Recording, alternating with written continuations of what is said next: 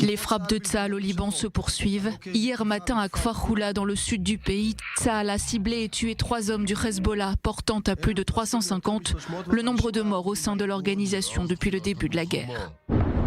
Selon un rapport du Financial Times, les frappes israéliennes au Liban ont vidé le périmètre frontalier de leurs habitants jusqu'à 5 km de la bordure avec Israël.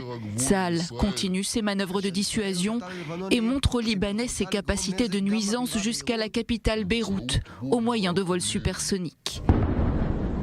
Parmi les habitants du sud Liban, certains s'arment de courage, reviennent chez eux et constatent les destructions. Beaucoup de choses ont été détruites. J'ai perdu par exemple la photo de mon fils aîné qui est mort.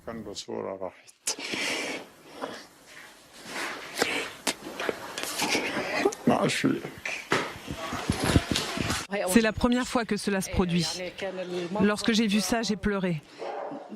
Il y avait dans cette maison les souvenirs de tellement d'années de vie. Tout a disparu.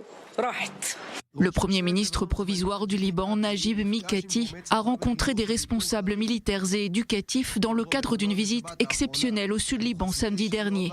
Nous sommes des partisans de la paix, nous prônons la paix et l'application de la résolution 1701, a déclaré le dirigeant lors de son déplacement.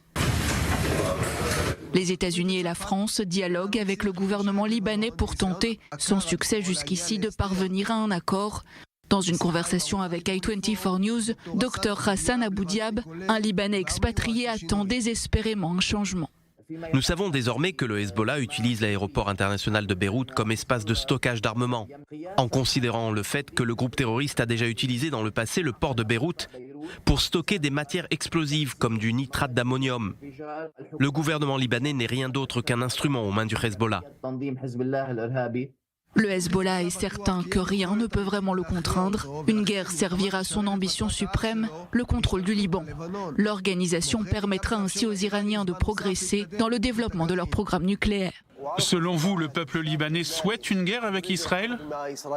La majorité des Libanais ne veulent pas d'une guerre avec Israël. Au contraire, ils veulent la paix, ils veulent la sécurité et l'équilibre.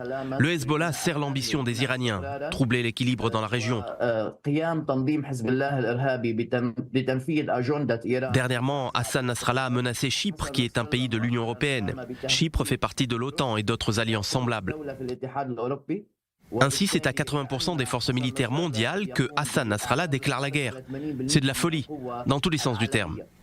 Comme Dr Aboudiab, de nombreux résidents libanais espèrent être sauvés de l'influence du Hezbollah et de l'Iran et éviter une guerre. Un espoir qui aujourd'hui ne semble trouver aucun écho.